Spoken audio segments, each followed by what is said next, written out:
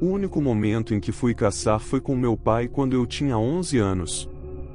Minha mãe não trabalhava, então ele era responsável por nos sustentar durante toda a minha vida.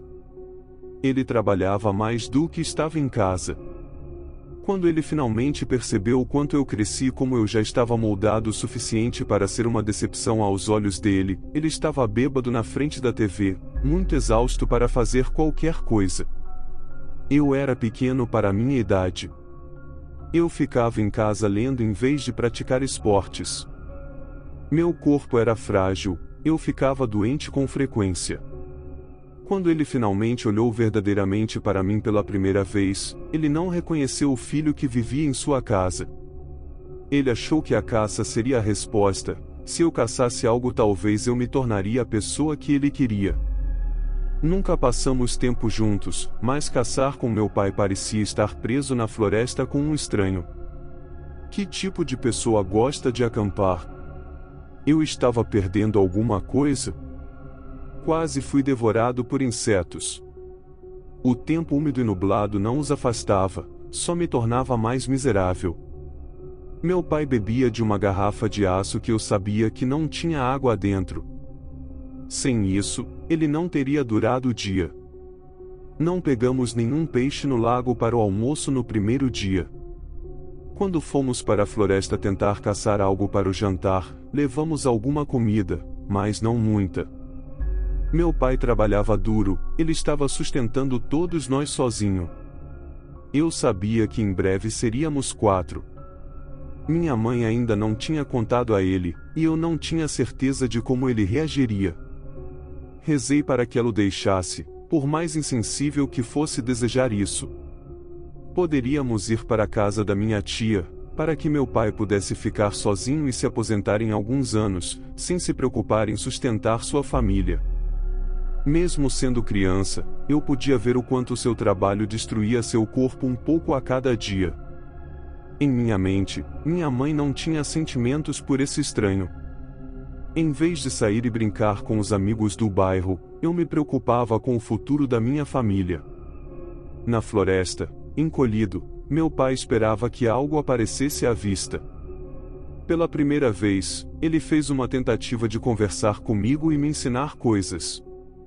Depois de um tempo, quando ele achou que eu podia ser confiável, ele colocou o rifle em minhas mãos e me deixou ficar na posição. Era muito grande para meus braços curtos e mãos pequenas. Eu sabia que, se atirasse, o recuo quebraria meu ombro. Eu não sabia nada sobre armas. Nos filmes que eu via, sempre havia um recuo poderoso quando disparavam. Nosso jantar estava ali, meu pai sussurrou no meu ouvido enquanto eu me preocupava. Um coelho entrou em um claro. Ele o avistou primeiro olhando pela mira. Passei por tudo o que tinha acabado de aprender. Só precisava apertar o gatilho, algo tão simples. Meu pai me ensinaria mais coisas, pacientemente se orgulharia de mim, mas a primeira viagem de caça de seu filho se tornaria uma lembrança preciosa. Não foi assim que aconteceu. Congelei. Simplesmente não consegui atirar no coelho. Além de não querer matar outra criatura, senti que, se atirasse, estaria vivendo uma mentira. Meu pai tentaria fazer o melhor para agir como a pessoa que deveria ser, me ensinando como tratar o coelho e como cozinhá-lo, mas ele realmente não se importaria comigo. Ele nunca se importou. Essa viagem nunca se transformaria em um relacionamento familiar que ele queria. O pequeno coelho pulou e desapareceu de vista, para se tornar uma refeição para outra coisa. Esgotei a empunhadura do rifle no momento anterior em que ele foi arrancado das minhas mãos. Meu pai atirou no coelho, agora escondido na moita. Ele estava furioso. Por que você não atirou nele? Ele sussurrou para mim. Quando ele ficava com raiva, sua voz ficava baixa. Ele nunca foi do tipo que grita. Pensei que, se ele gritasse comigo, eu poderia ter menos medo dele.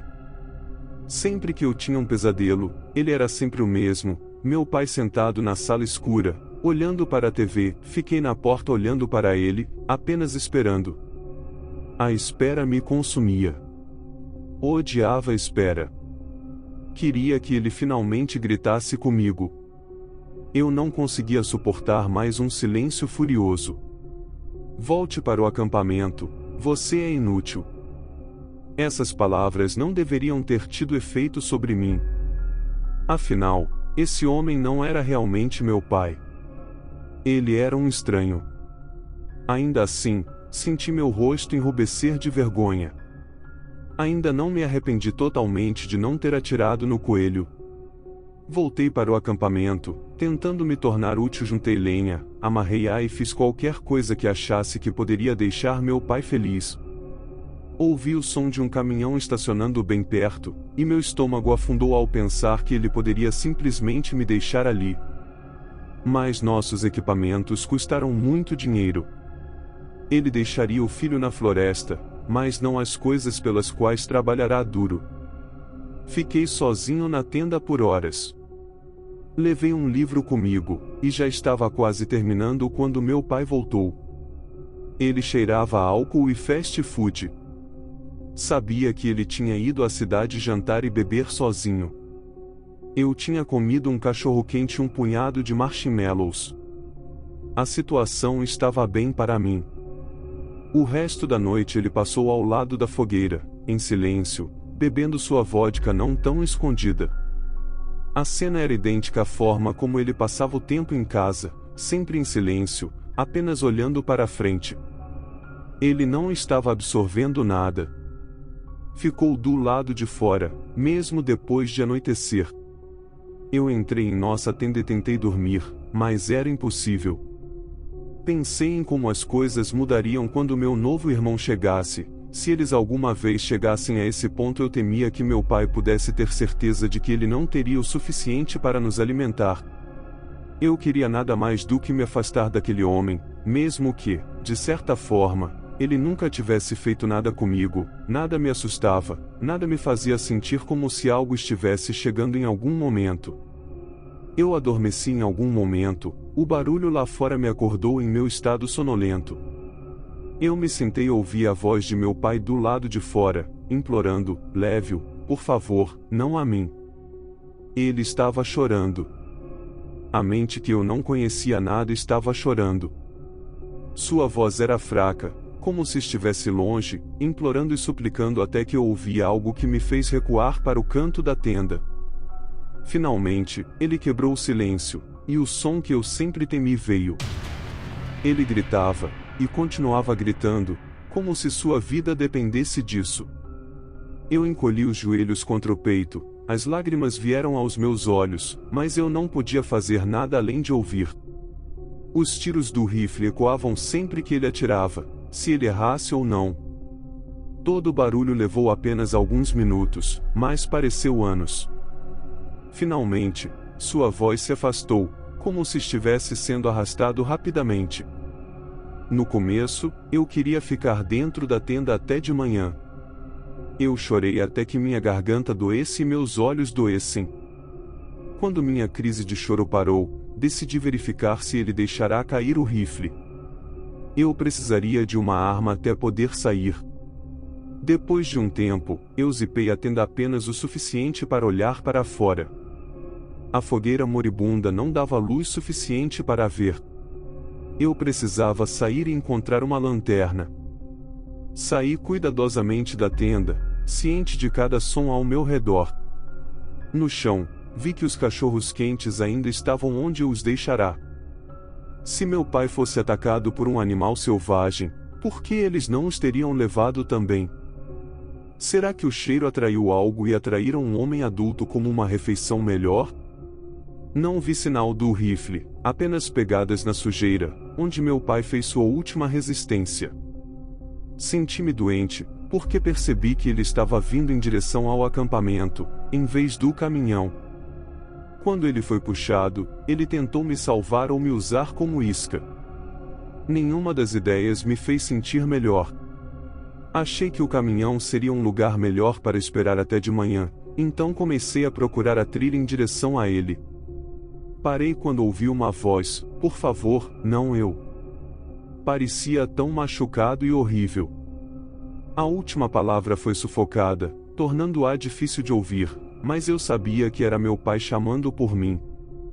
Pela primeira vez na vida, ele estava tentando me alcançar.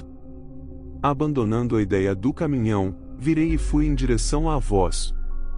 Andei por horas naquela floresta, ficando completamente perdido. Eu estava doente de medo. Qualquer coisa poderia estar na escuridão úmida e fria. Eu tinha apenas uma pequena lanterna para me proteger. O que quer que tenha pego meu pai facilmente superou um homem adulto. Eu não tinha chance se encontrasse algo assim. Deixei minhas emoções me dominarem, e isso poderia me matar. Mas, novamente, eu era apenas uma criança na época, e realmente não devo ser muito duro comigo mesmo. A voz veio de perto, muito baixa e rouca, mas ainda era a voz do meu pai. Eu havia caminhado por horas a essa altura. Meu corpo pequeno não estava feito para tanto movimento na escuridão fria e úmida. Eu já estava com febre e não estava pensando com clareza enquanto caminhava em direção à voz. Eu nem considerei que talvez fosse outra coisa além do que eu queria encontrar. Chegando a uma clareira, comecei a olhar ao redor freneticamente com minha lanterna. A pequena luz pousou em algo que me fez engasgar. Alguém havia matado um cervo, esfolado e pendurado em uma árvore na escuridão. Era o que parecia. Eu sabia como um cervo esfolado parecia. Era o que minha mente queria ver. Sangue fresco ainda pingava na grama. Não consegui impedir meu corpo de começar a ofegar, e meus suspiros ficaram cada vez mais curtos. Então, um pensamento sussurrou em minha mente: aquilo não era um cervo. Não era ele, eu disse em voz alta, apenas para mim mesmo. Não era ele. Não era ele. Era um cervo deformado com pernas pequenas. Não consegui parar a risada que rompeu em mim. Primeiro, eram risadinhas fracas que se transformaram em gargalhadas estridentes, que logo se tornaram um choro pesado. A escuridão havia me levado a rir. Sozinho, perdido e com medo, eu ria. Eu não conseguia parar de rir. Soluços que se prenderam no meu peito. Não é ele, não é ele, eu soluçava, incapaz de olhar para o corpo à minha frente. Depois de algumas olhadas entre lágrimas, percebi como as pernas eram diferentes do que deveriam ser.